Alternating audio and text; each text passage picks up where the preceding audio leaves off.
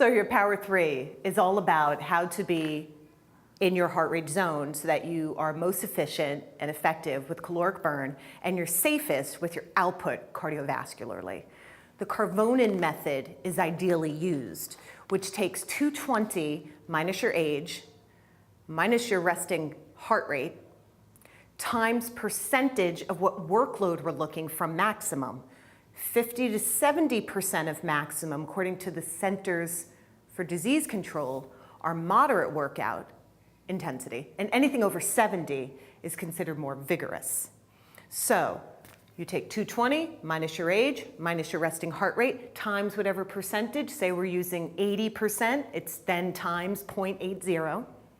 And then you add your resting heart rate again. And that will give you the point in which you want your heart rate to be at 80%. For you, your individual, whatever age you are and that you use, that is the heart rate you want to be at. And then I would do it again for myself, if I was working, I would do 60% and I would do 85%. And that would give me a range in which I needed to have these individuals working out.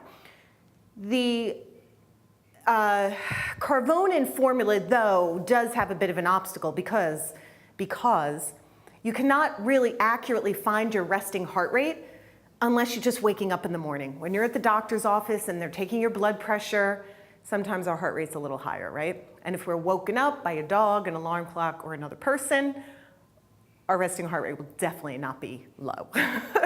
So Carvonin is good. Ideally, generally speaking, you can go 220 minus your age times 60%, that'll give you the first number, and then times 80%, and that'll give you the two zones. Just like you're driving on the highway, you get a zone, don't go lower than 50, don't go higher than 70. It gives you an idea in which you're safe, you won't get a ticket. You drive at the 50, you burn less gas. You're working out at the 60%, you're burning less calories, a little bit higher. You're driving more, you're burning more gas, burning more calories. So you get the idea. This gives you an idea of your heart rate zone. Why is it important? You're safe, you're efficient, and you're effective. What can you do to increase your output or your ability to burn calories, which again is very important for weight loss, right? A couple of things. It's all dependent upon where you currently are. If you are sedentary and you have bad knees and you are on tons of medication and you are overweight, then you want to start by simply walking or even sitting in a chair and just moving your arms. So it all depends upon what your current fitness level is, current health, where you are medically. If you want to go a little bit higher and output a little bit more, then maybe somebody who's used to walking can maybe start doing a bicycle. Or somebody who's been jogging can maybe start jumping rope. Ideally, you want to work about 3 to 4 times a week, 4 to 5 times a week for about 60 minutes. Moderate activity, I'd say 75% of your heart rate zone, maximum heart rate zone. Because remember, 220 minus your age is your max. Don't go past that. Then you take a percentage of it, 50%, 60%, 70%, 80% of it. That'll give you your zone. So lots of things you can do. Now, what do I do when people tell me, Alycia, I just have no time to exercise? I say there's always time to be active. You don't have to call it exercise. Maybe you get up a little bit earlier if you take the bus and you get off a stop earlier. Be safe, of course. Walk a little more. Going to the store, park a little further away. If your knees and your hips can handle it, try taking some stairs a little bit more often. I live in a high-rise with 30 floors. Some of my clients at 6 a.m. in the morning, I'm like, we're climbing all the way up. They have strong legs, strong knees, men and women, 60s, 70s, and they're good to go. So try outputting a little bit more safely. Again, don't have much time? Do you vacuum your home? Vacuum your home. Take your dog for a walk. There's always a way, guys. You're talking to somebody who comes up with solutions for exercise, okay? Maybe you don't have to term it. You don't have to put on the outfit. You don't have to have 60 whole minutes. You don't have to drive anywhere. Just move. Just move more, okay? So there you go. I've shown you where ideally you'd like your heart rate. You want some clarification in that. You have to work with a professional. And there's always a way to be active. Here's what I'm going to also tell you. That it's about metabolic rate, right? So that's about heart rate, burning calories. But what really works for long-term weight loss to stay off of you is increasing your metabolic rate, okay?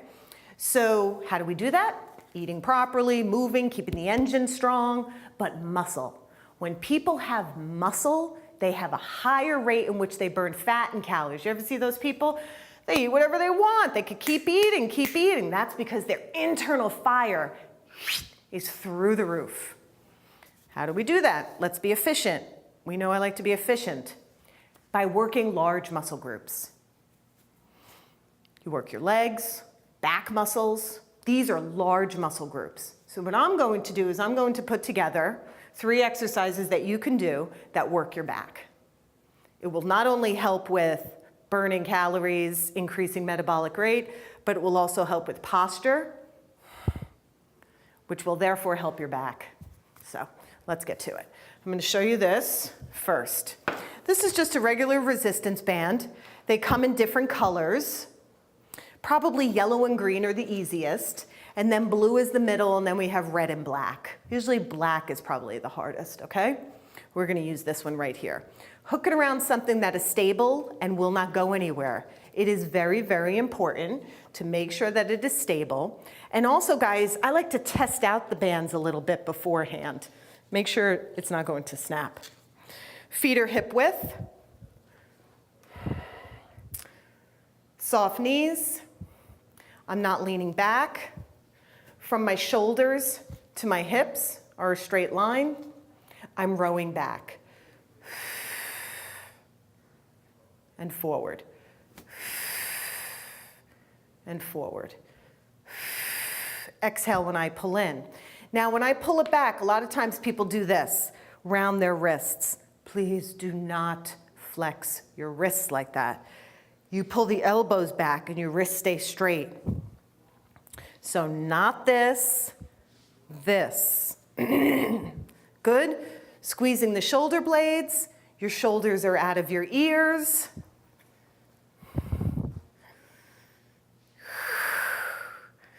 Like that, not this. There you go. I'd say do about 20 of these. Afterwards, let the band hang. You can round your shoulders, get a little bit of a stretch if you'd like. The second activity will be a dumbbell row, and I will grab this. First, we have a 10-pound dumbbell. We're gonna put our left foot forward, right foot is back, left hand is here, flat back, my form is very important, and row up, and row up, and row up. Kind of like starting a lawnmower. Remember the days when we did that? Some of you may. And row up, and row up. Now, here's what I don't want to see. Dropping and up. Which actually, this is probably more like the lawnmower, right? Just like this. Feet are forward, flat back, don't round your back, and up. And I say again, you find a weight that feels safe for you. I'm using a 10-pound weight. You know, depending on your fitness level, you may go a little bit higher. Try about 10 to 15 repetitions. Then I like to go just a little bit of a lighter weight. I'm just going to show you with real little weights right now. If your back hurts, you have lumbar issues, sacrum issues, please be careful. Feet hip width, give yourself nice stability. If you've watched my show, you know transverse abdominis, very important. And some rear flies. Now there's no need to go past this point. You do not have to go much further back. Your shoulder joint is not a very stable joint. It doesn't care or feel good going past its normal range. It's not like the hip joint, that's a ball and socket. That's really in there. The shoulder joint is not. And back. And again, my shoulders stay out of my ears. I'm not rounding my back in doing this. I'm in control of what I'm doing. Nice and strong. And again, I would do about 10 or 12 repetitions. I would do about 10 or 12 repetitions. Lightweight to start out. And you know, if you're not used to this, just use your body. Just start out with your arms at first. Get your joints acclimated to the motion, get some fluid, get some blood flowing through the joints and the muscles. And also, you want to make sure you have that you have good flexibility. You want the kind of flexibility that will allow your arms to go back. If you're very tight in your chest, you're never going to be able to go back. So there's so much to say, guys, really, but I'm just giving you a basic idea. How to burn a ton of calories. You basically make sure that your heart rate is where we want it to be most efficient and safe.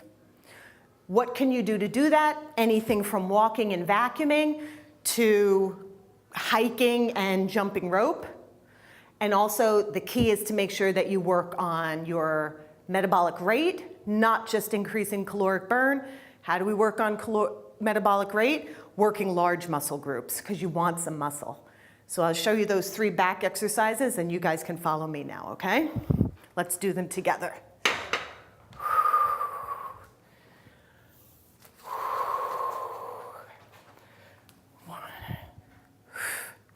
This is the right form. Not rounded, this way.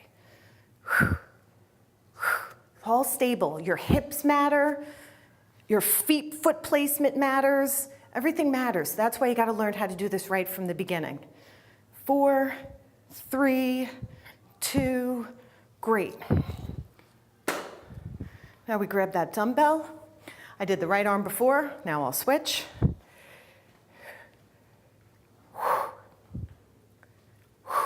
If you feel like you have a weak back, you can also, a chair or a bench or something, you can kind of put this here so that you have something to help with your back. Just make sure it's good enough to hold you.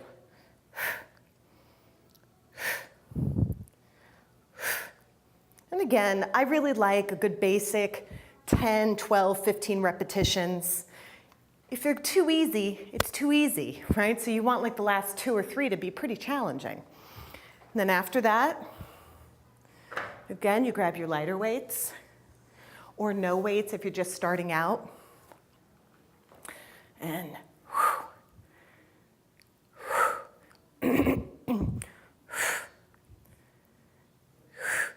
never want to just force it, right? You never just want to swing.